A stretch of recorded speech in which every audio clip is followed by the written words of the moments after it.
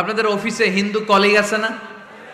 তাদেরকে যখন ইসলামের দাওয়াত দিবেন এই 10টা পয়েন্টের আলোকে কথা বলবেন, পারা যাবে? আপনাদের এই ব্যবসা প্রতিষ্ঠানে, এই বান্টি বাজারে হিন্দু ভাইদের দোকান আছে না? পাশে যদি মুসলিম ভাইয়ের কোনো দোকান থাকে, তার সাথে যখন আলাপচারিতা করবেন তখন এই 10টা পয়েন্ট নিয়ে কথা বলবেন। দেখবেন ইসলামের সৌন্দর্য দেখে সেও কালিমা পড়ে মুসলমান হয়ে গিয়েছে। কিন্তু অন্য ধর্মের এরকম অনেক বিধান আছে যেটা রুচিতে নেয় না। হিন্দু ধর্মের অনেক ভাইরা আমার আলোচনা শোনে, অনেক হিন্দু আমাদের হাতে মুসলমান হয়, আলহামদুলিল্লাহ। হিন্দু ধর্মের প্রতি শ্রদ্ধা রেখেই বলছি, তাদের ধর্মে একটা বিধান আছে যে আপনি ভালো হিন্দু হতে চাইলে আপনাকে গোমূত্র পান করতে হবে, মানে গরুর পেশাব পান করতে হবে। এবং অবাক করা কাণ্ড, তারা ইন্ডিয়া থেকে এটাকে রপ্তানি করে ইউরোপ আমেরিকাতেও পাঠায়। কারণ ইউরোপ আমেরিকার যে হিন্দুরা আছে সেখানকার সুপার স্টোর থেকে, শপিং মল থেকে ওইটা কিনে কিনে পান করে। আপনারা যদি বলে এই যে 1 বোতল নিয়ে আসছি গরুর পেশাব, এটা খাইলে তোর 1 কোটি টাকা দিব, খাইবেন? আমি কমু তুই নিয়ে আইসস, তুই খা, ঠিক কিনা? কারণ আমাদের রুচিতে এটা ধরে না, ইসলাম এটা আমাদেরকে শিখায় নাই। তো ইসলামটা হচ্ছে রুচিসম্মত ধর্ম, স্বভাব সুলভ ধর্ম। তারপর হিন্দু ধর্মে ছোট বাচ্চাদেরকে পবিত্র করতে হলে, মেধাবী করতে চাইলে গোবরের স্তূপ করে ওখানে ফেলে দিতে হয়। ওই বাচ্চা ছুটে আসবে, কান্না করবে, আবার ফেলতে হবে। ওর গা গোবর দিয়া একেবারে বিউটি পার্লারিং করে তারপরে ওর গোসল করাইলে ও খুব ভালো হয়ে যাবে, এরকম আইডিওলজি তারা বিলিভ করে। তো এটা একটা প্রাণীর মল কারো গায়ে মেখে পার্লারিং করা, এটা কি আমাদের আকলে ধরে? আমাদের ধর্মে এরকম কোনো বিধান আছে? হিন্দু ভাইরা যদি থেকে থাকো, just ponder on the news, এই বিষয়গুলোর উপর একটু থিঙ্ক করো, একটু ভাবো, চিন্তা করে দেখো। ইসলাম হচ্ছে দ্বীনুল ফিতরা, স্বভাব সুলভ। গোটা বিশ্বে মুসলমানেরা নির্যাতিত হওয়ার পরেও ইসলামের জয় জয়কার। সেই 10টা বৈশিষ্ট্যের প্রথম বৈশিষ্ট্যের নাম হচ্ছে আর রাব্বানিয়া। আওয়াজ করে আমার সাথে সাথে বলেন আর রাব্বানিয়া। আবার পড়েন আর রাব্বানিয়া।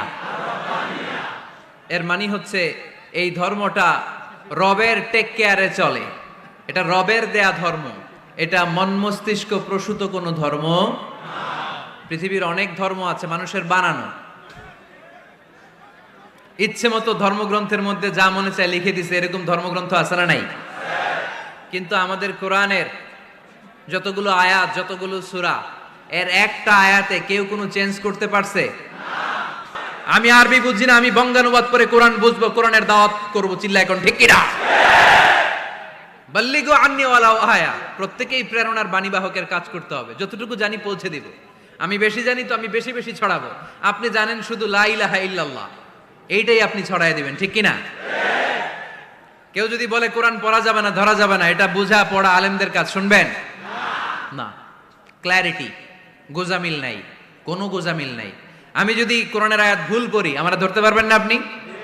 আপনি কোরআনের আয়াত ভুল পড়ছেন, হুজুর ঠিক করে নেন, আমি ঠিক করে নেব, ঠিক কিনা? কোনো গোজামিল নাই। আল বুদুহ, জল জলে সূর্যের মতো আল্লাহ ইসলামকে রেখে দিয়েছে, আলহামদুলিল্লাহ পড়েন। এই ইসলামের বিজয়কে কেউ ঠেকায় রাখতে পারবে? ইসলামের বিজয়ের অংশীদার আমরা হতে চাই, এই ইসলামকে আমরা মানতে চাই। কতক্ষণ? বুঝলা গেছি। ইসলাম মানবো কতক্ষণ? ইসলাম মানবো কোনখানে? মনে থাকবে? কথা দিলেন তো? যে আয়াত দিয়ে শুরু করেছে ওইটা দিয়ে শেষ করি। ওমাই ইয়াবতাগি গায়রাল ইসলামি দীনান ফালাই ইউকবালা মিনহু ওয়া হুয়া ফিল আখিরাতি মিনাল খাসিরিন। ইসলাম ছাড়া অন্য কোথাও যদি কেউ কল্যাণ তালাশ করে, ধর্ম তালাশ করে, সেটা আল্লাহ গ্রহণ করবে না। লোকটা হবে আখিরাতে হাই হাই কোম্পানির ম্যানেজার। আমরা কি হাই হাই কোম্পানির ম্যানেজার হতে চাই? ইসলামকে আমাদের জীবনের আদর্শ বানাতে চাই, ঠিক কিনা? সাইয়েদনা ওমর ফারুক বলতেন নাহনু কওমুন, আমরা মুসলমান। এটা বলতে কি আপনাদের লজ্জা লাগে? পৃথিবীর যেই কোনো দেশে যাই, হিন্দুদের রাজ্যে যাই, বৌদ্ধদের রাজ্যে যাই, যেই কোনো ইমিগ্রেশনে দাঁড়াই না কেন, চিৎকার করে বলবো আমি মুসলমান, জোরে কোন ঠিক কিনা? We are proud of Islam. ইসলাম আমার অহংকার, ইসলাম আমার গর্ব, ইসলাম আমার আল্লাহর দেয়া ধর্ম। এজন্য ইসলামের বিজয়কে কেউ ঠেকিয়ে রাখতে পারবে? আমি প্রায় উদাহরণ দিয়ে উপমা দিয়ে বলি, ইসলাম হচ্ছে চারা বীজের মতো। চারা বীজ মাটিতে ঢুকিয়ে দিলে এটা উপরের দিকে ওঠে। তো ইসলামকে যারা মাটিতে গেড়ে ফেলতে চায় তারা জানে না ইসলামের উপমাটা অনেকটা চারা বীজের মতো। ইসলামকে মাটিতে গেড়ে দিলে এটা কি হবে? জোরে বলেন, আরো জোরে বলেন। উপরের দিকে গর্জে উঠবে। এই যে উপমা দিছি, এটা নিয়েও আবার অনেকে ভুল ধরে, আছে না নাই? আল্লাহ নিজেই কোরআনে উপমা দিয়েছেন। মাসালুল লাযীনা ইউনফিকুনা আমওয়ালাহুম ফি সাবিলিল্লাহি কামাসালি হাব্বা, যারা আল্লাহর রাস্তায় দান করে এই দানের উপমা হচ্ছে একটা চারা বীজের মতো। সুবহানাল্লাহ পড়েন। এই চারা বীজ থেকে 7টা শীষ বের হয়, প্রতিটা শীষে জন্ম নেয় শত শস্য দানা। আল্লাহ যারে চায় ইচ্ছা মতো রিজিক দিয়ে তার জীবনকে পূর্ণাঙ্গ করে দেয়। সুবহানাল্লাহ পড়েন। এজন্য আল্লাহ বললেন, ইসলাম হলো আমার একমাত্র মনোনীত ধর্ম। ইসলাম ছাড়া অন্য কেউ যদি সম্মান তালাশ করে তার কাছ থেকে কিছুই আমি গ্রহণ করব না। কিয়ামতের দিন সেই লোকটা হবে হায় হায় কোম্পানির ম্যানেজার, ঠিক কি না? এজন্য আমরা একটা ধর্মকেই মানতে চাই। চিল্লায় বলেন তো, ধর্মটার নাম কি? ইসলাম ছাড়া অন্য কিছু মানি না। ইসলাম ছাড়া অন্য কিছু মানি না, মানব না। বিষ্ণু ঈসা ইসলাম বলেছেন এই ইসলামের বিজয়কে কেউ ঠেকিয়ে রাখতে পারবে না। তার কারণ ইন্নাল্লাহা যাওয়ালি আল আরদা, নিশ্চয় আল্লাহ তাআলা এই জমিনটাকে আমার জন্য সংকুচিত করে ছোট করে দেখিয়েছে। ফারাআইতু মাশারিকাহা ওয়া মাগারিবাহা, আমি এই পৃথিবীর ডানে বায়ে সামনে পেছনে সবটা দেখেছি। আর আমার চোখ যতদূর পৃথিবী দেখেছে ততদূর জায়গায় আল্লাহ আল্লাহু আকবারের ধ্বনিকে পৌঁছে দিবে। তাই এই ইসলামের বিজয়কে কেউ থামাতে পারবে না। গোটা বিশ্বব্যাপী আজ ইসলামের জয় জয়কার। কালিমা পড়ে অন্যান্য ধর্মের লোকেরা আজ মুসলমান হয়ে যাচ্ছে, ঠিক কিনা? আমাদের তাফসির মাহফিল গুলোতেও অনেক হিন্দু ভাইরা কালিমা পড়ে মুসলমান হয়, আপনারা শুনছেন? আলহামদুলিল্লাহ কইবেন না? আলহামদুলিল্লাহ। গোটা বিশ্বের সবচেয়ে নির্যাতিত ধর্মের নাম হচ্ছে ইসলাম। সবচেয়ে নিষ্পেষিত, খালি মায়ের খায়। ফিলিস্তিনে মায়ের খায় কারা? মুসলমান। কাশ্মীরে মার খায় কারা? ইরাকে, বার্মায়, আমাদের টেকনাফে, গোটা বিশ্বে মুসলমানেরা মার খায়। কিন্তু তারপরেও বিধর্মীরা তাদের ধর্ম বাদ দিয়ে এই ইসলামের ভেতরে ঢোকার জন্য প্রতিযোগিতা শুরু করে দিয়েছে। ইউরোপ আমেরিকাতে মসজিদের সংখ্যা বেড়ে যাচ্ছে। তাদের যে খ্রিস্টানদের গির্জা, এগুলো তারা বিক্রি করে দিচ্ছে। মুসলিম কমিউনিটি ওই গির্জারে মসজিদ বানায় ফেলতেছে। এই ইসলামের বিজয়কে কেউ ঠেকায় রাখতে পারবে না। যেহেতু ইসলামের বিজয় অবশ্যম্ভাবী, আমরা ইসলামের সাথে মিলে থাকতে চাই, মিশে থাকতে চাই। আমরা বিজয়ের অংশীদার হতে চাই। কোরআনের একটা শব্দে কেউ কোনো পরিবর্তন ঘটাতে পেরেছে? একটা নোক্তার মধ্যে চেঞ্জ করতে পারছে? এক আয়াতে আল্লাহ কোরআনে বলেছেন ফা আবাউ আইয়ুদাইফুহুমা, মানে দুইজন নবী এসেছিল ইহুদিদের কাছে, ইহুদিরা তাদেরকে মেহমানদারি করায় নাই। এটা একটা বদনাম না? ওমরে ফারুক যখন রাদিয়াল্লাহু তাআলা আনহু মদিনার খলিফা, ইহুদিদের একটা দল ওমরে ফারুকের সাথে সাক্ষাৎ করে এসে বলে, ওমরে ফারুক, তোমাদের কোরআনে আমাদের ইহুদিদের ব্যাপারে একটা বদনাম আছে। কি বদনাম? এই আয়াতে তোমাদের আল্লাহ বলেছে ফা আবাউ আইয়ুদাইফুহুমা, মানে দুইজন পয়গম্বর এসেছিল আমাদের কাছে কিন্তু আমরা এগরে খাওয়াই নাই, এরা ক্ষুধার্ত ছিল।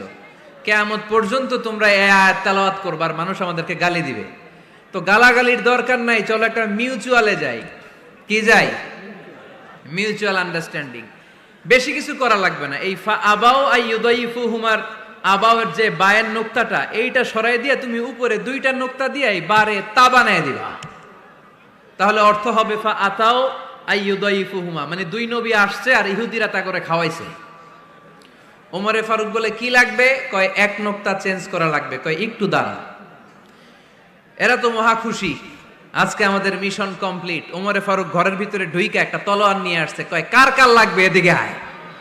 সব দিছে দৌড়। সুবহানাল্লাহ কইবেন না? আরে ওমরে ফারুক তো এমন সাহাবী ছিলেন যাকে দেখে মুনাফিকরা থরথর করে কাঁপতো। ওমরে ফারুক তো এমন সাহাবী ছিলেন যাকে দেখে শয়তানও কাঁপতো। বিশ্বনবী বলতেন, ওমর মা সালাকা শাইতানু সালিকান ফাজ্জান ইল্লা সালাকা ফাজ্জান গায়রা ফাজ্জিক। ওমর, ইবলিস শয়তান যদি তোমারে কোনো রাস্তা দিয়ে আসতে দেখে, ইবলিস ওই রাস্তা থুইয়া অন্য রাস্তা দিয়ে চলে।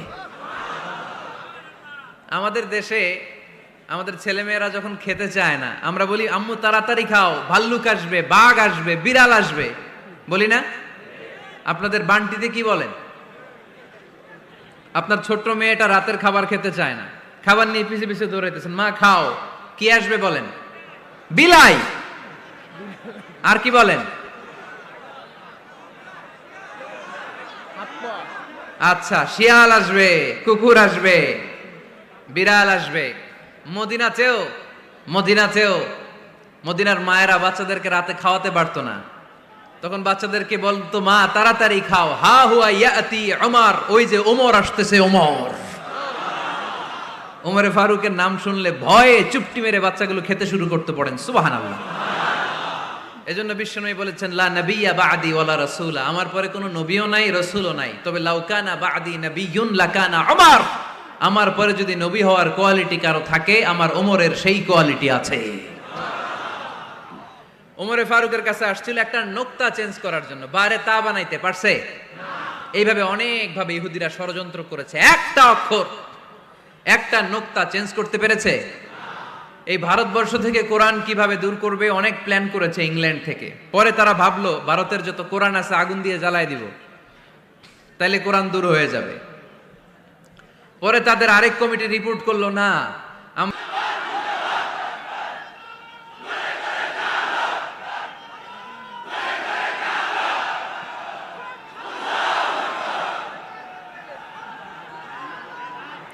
ইসলাম ধর্মের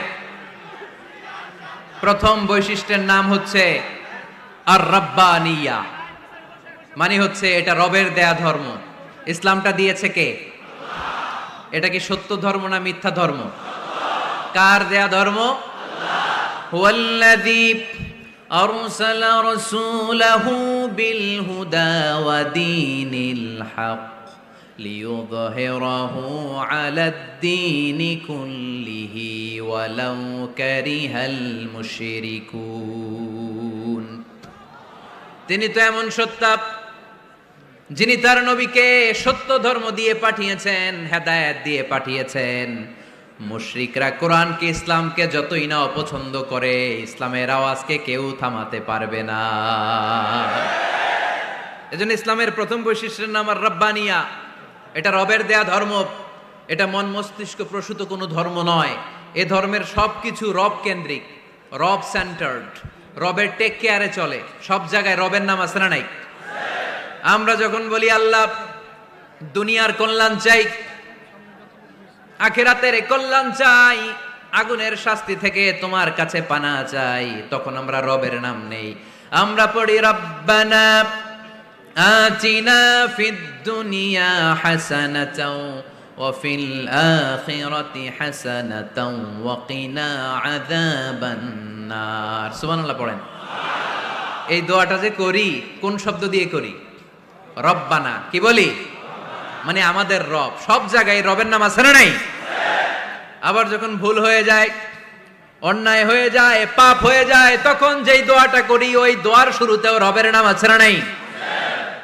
তখন আমরা পড়েন রব্বানা যালামনা আনফুসানা ওয়া ইল্লাম তাগফির লানা ওয়া তারহামনা লানাকুনান্না মিনাল খাসিরিন। ও আমাদের রব, জুলুম করেছি, অন্যায় করেছি, পাপ করেছি, তুমি যদি মাফ না করো আমরা তো ক্ষতিগ্রস্তদের মধ্যে শামিল হয়ে যাব। ঠিক কি না? তার মানে দোয়ার আগে কার নাম? বলেন রবের নাম। কার নাম? আবার কবরের প্রথম প্রশ্নেও রবের নাম আছে না নাই? জিজ্ঞেস করা হবে মার রব্বুক, তোর রবের নাম কি? আমরা উত্তরে কি বলবো? আল্লাহ আমারে রব, এই রবই আমার সব, দমে দমে তনু মনে তারি অনুভব, আল্লাহ আমারে রব। তার মানে সব জায়গায় রবের নাম আছে না নাই? যখন রুকু দেই, রুকু ওইখানে কি পড়ি? সুবহানা রব্বিয়াল আযীম। যখন সিজদায় যাই তখন কি পড়ি? সুবহানা রব্বিয়াল আ'লা। তার মানে এই ধর্মের কেন্দ্র হচ্ছে রবকে কেন্দ্র করে এই ধর্ম প্রতিষ্ঠিত, রবের দেয়া ধর্ম, রবের টেক কেয়ারে চলে। এই জন্য এই ধর্মের বৈশিষ্ট্যের নাম হচ্ছে রব্বানিয়া। আওয়াজ করে বলো মুসলমান, এই ধর্মের বৈশিষ্ট্যের নাম কি? এই তো মুখস্থ হয়ে গেছে। ক্লাসের মতো হয়েছে না এটা? প্রাইমারি ক্লাসে পড়ায় না ক খ গ, সবাই বলে ক খ গ। তো এরকম আওয়াজ করে বললে মুখস্থ করাই দিবে কে? তাহলে হিন্দু ভাইদেরকে যখন দাওয়াত দিব, বলবো ভাই আমরা এত কিছুর পূজা করি না, আমরা হিন্দু ধর্মের প্রতিও শ্রদ্ধাশীল, কোন ধর্মকে নিয়ে আমরা কোনো কটূক্তি কখনো করি না, তবে চিন্তার জন্য মাঝে মাঝে কিছু যৌক্তিক কথা আমরা ছুড়ে দেই, ঠিক কিনা? আমরা তাদেরকে বলি যে আমরা এতগুলো খোদার ইবাদত করতে পারবো না, একজনের ইবাদত কইরা কুলবাই না, ঠিক কিনা? এইভাবে যুক্তির আলোকে আমরা বুঝাবো আমাদের ধর্মটা একজন রবকে কেন্দ্র করে। এজন্য ইসলাম ধর্মের প্রথম বৈশিষ্ট্যের নাম আর রাব্বানিয়া। কি নাম? মাশাআল্লাহ। 2 নাম্বার বৈশিষ্ট্যের নাম হচ্ছে আল ইনসানিয়া। সবাই বলেন 2 নাম্বার বৈশিষ্ট্যের নাম। আবার বলেন, সবাই জোরে বলেন। এর মানে হচ্ছে মানবতার ধর্ম। এটা ইসলাম কিসের ধর্ম? হিউম্যানিটেরিয়ান রিলিজিয়ন, মানবতার ধর্ম। মানুষকে ইসলাম সবচেয়ে গুরুত্ব দেয়। মানুষকে ইসলামে বলা হয় আশরাফুল মাখলুকাত, সব মাখলুকাতের মধ্যে মানুষ সেরা, ঠিক কিনা? এমনকি আল্লাহ আমাদেরকে এত মর্যাদা দিয়েছে, ইসলাম ধর্ম গ্রহণ করার ক্ষেত্রে আল্লাহ কোনো জোর জবরদস্তি করে নাই। লা ইকরাহা ফিদ্দিন, দিনের ভেতরে জোর জবরদস্তি আছে? আপনি চাইলে হিন্দুদের মন্দির ভাঙতে পারবেন, কারণ এটা মানবতার ধর্ম, এটা মানবতার কথা বলে। ইসলাম সবাইকে মানুষ হিসেবে কনসিডার করে। বিষ্ণু ঈসা ইসলাম একবার একটা লাশ দেখে সাহাবীদের সাথে বসা, বিশ্বনবী হুট করে দাঁড়িয়ে গেলেন। কি করলেন? সাহাবারা বললেন, ইয়া রাসূলুল্লাহ ইন্নাহু ইয়াহুদি, এটা তো ইহুদির লাশ। আপনি দাঁড়ালেন যে, এটা কার লাশ? আপনি দাঁড়ালেন কেন? বিষ্ণুনবী বললেন, আওয়ালাইসাত নাফসান, এটা কি মানুষ না? ইহুদি কি মানুষ না? আরে আমি তো ইহুদি, খ্রিস্টান, মুসলিম ওগুলো দেখা দাঁড়াই নাই, আমার দু চোখে আমি কনসিডার করেছি this is a human being, so I need to salute হিম। এটা মানুষ, এটা মানব, আমি মানব জাতিকে দাঁড়িয়ে স্যালিউট করেছি। চিল্লায় বলো ঠিক কিনা? বিশ্বনবী দু চোখ দিয়ে মানুষ দেখতেন, আস্তিক নাস্তিক দেখতেন না, কাফির মুশরিক দেখতেন না। বিশ্বনবী কনসিডার করতেন this is a human being, এটা একটা মানুষ।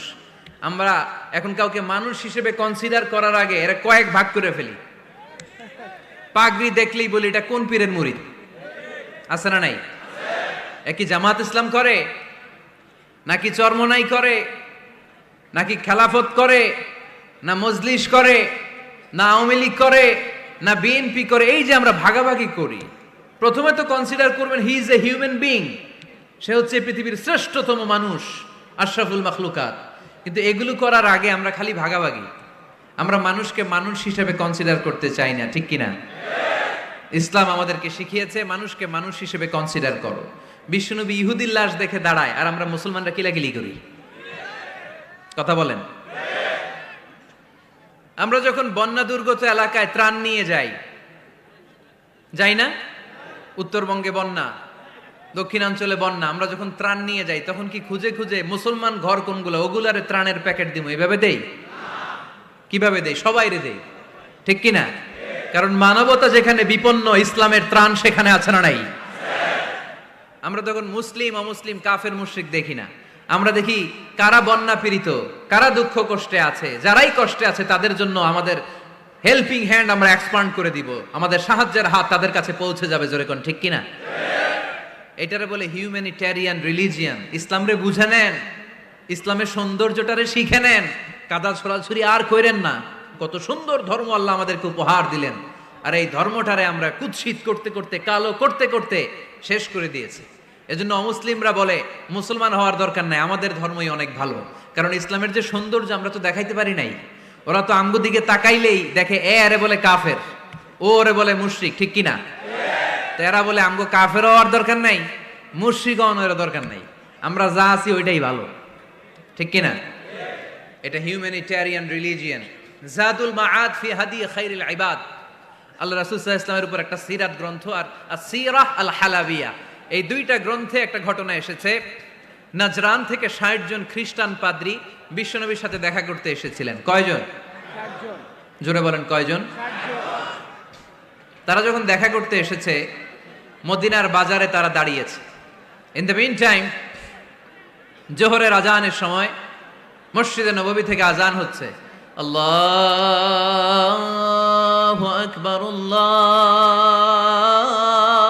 আকবার, আল্লাহু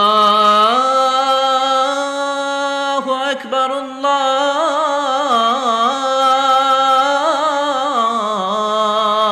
আকবার।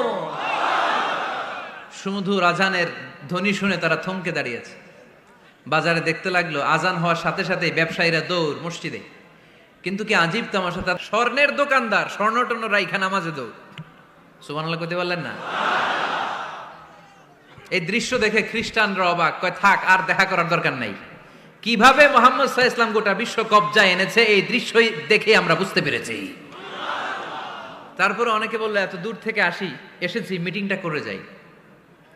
জোহরের নামাজের পর তাদের দুধ যেয়ে বলল খ্রিস্টান পাদ্রী এসেছে 60 জন দেখা করতে চায়। বিশ্বনবী বিপাকে পড়ে গেলেন, হায় হায় কই বসতে দিব, আমার তো তাদের মতো রাজপ্রাসাদ নাই, আমার তো এরকম বড় বালাখানা নাই, ডুপ্লেক্স ট্রিপ্লেক্স বাড়ি নাই, কই বসাবো?